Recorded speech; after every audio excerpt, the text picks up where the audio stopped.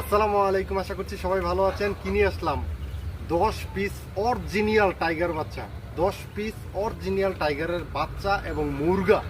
আমার খুব কাছের লোক, তিনি এই যে দেখেন কাজী কোম্পানির বাচ্চাগুলা, একেবারে অরিজিনাল বাচ্চা নিয়ে এসেছি। পরীক্ষামূলকভাবে মুরগাগুলো পালবো। আসলে আমার খুবই ভালো লাগে এই টাইগার মুরগাগুলো, এত বড় বড় হয়, দেখতে অনেক সুন্দর লাগে।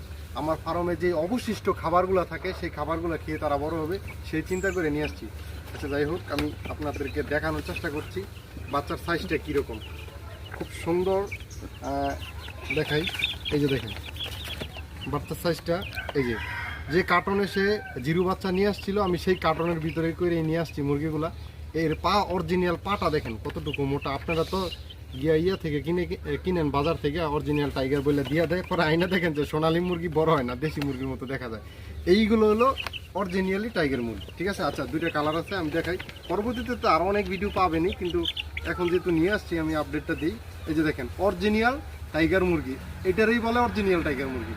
আর এটা কত বড় হয় আমি শেষ পর্যন্ত যদি লালন পালন করতে পারি, আর আমার ভিডিও যদি আপনারা সবসময় দেখেন, চ্যানেলটি ফলো দিয়ে রাখবেন এবং সাবস্ক্রাইব করে আমার পাশে থাকবেন, পরবর্তীতে এটির আপডেট পাবেন। মাত্র 10 পিস বাচ্চা নিয়ে আসছি, এটা শেষ পর্যন্ত অবশ্যই আমি আপনাদেরকে দেখাবো ইনশাল্লাহ।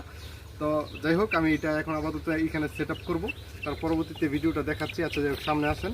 আমি ভিডিওগুলো এতগুলো আমি বাইচে নিয়ে আসছি, যেহেতু আমার মুরগি প্রয়োজন, আমি উৎপাদন করব না, আমি নিজেরা খাওয়ার জন্য, অথবা এটা আমার শখ, এর জন্য নিয়ে আসছি।